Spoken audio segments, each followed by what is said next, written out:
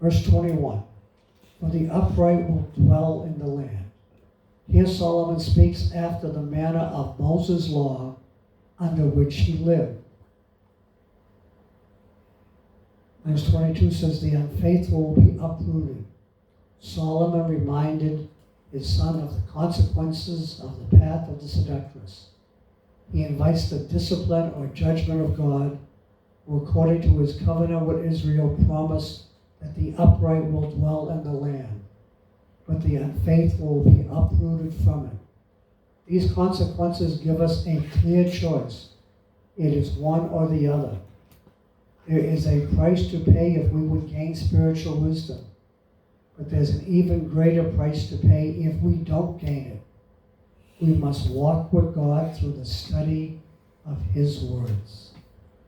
Now, I mentioned to you verse 21 and 22 are the only promises in this chapter.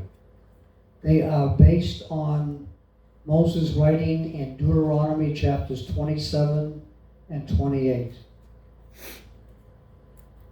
That talked about that as a result, these upright and blameless people will live in the land and remain in it, in contrast to the wicked and the treacherous will be cut off and uprooted from it. The land here may refer to the world, namely the land of the living with its attendant blessings. But since wisdom is closely connected to a relationship with the Lord Himself, it is more likely that the reference to the land alludes more specifically to the covenant promises and curses in the Mosaic Law. Remember, that's what God said.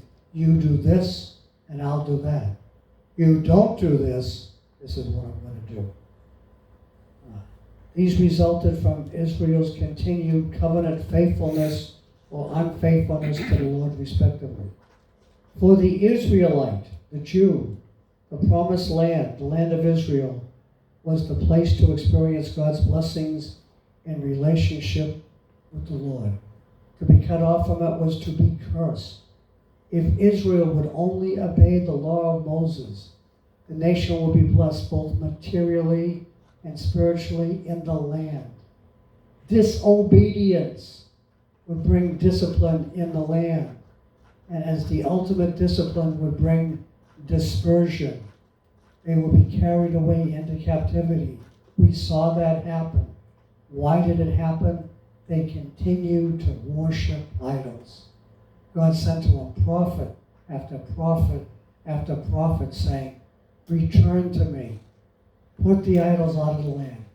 Tear down the high places. Burn the groves. Anything that had to do with idol worship, get rid of it. And they didn't. We read descriptions where there was an idol at the end of every street. It was so open, so flagrant. Okay, as is evident throughout Proverbs, there are really only two paths in life. The son of Solomon is presented a choice. The way of folly, wickedness, cursing, and death, or the way of wisdom, righteousness, blessing, and abundant life. The right choice is obvious. We make choices every day. We need to make them based on God's wisdom. We need to make them based on the principles in Proverbs. If we do that, we will live safe, happy, healthy, holy lives. End of chapter 22. Deep breath. Pastor Jerry is going to turn the recorder off. Thank you for all of you who watched the video today. May God bless you. Hope to see you soon at Open Door Bible Church.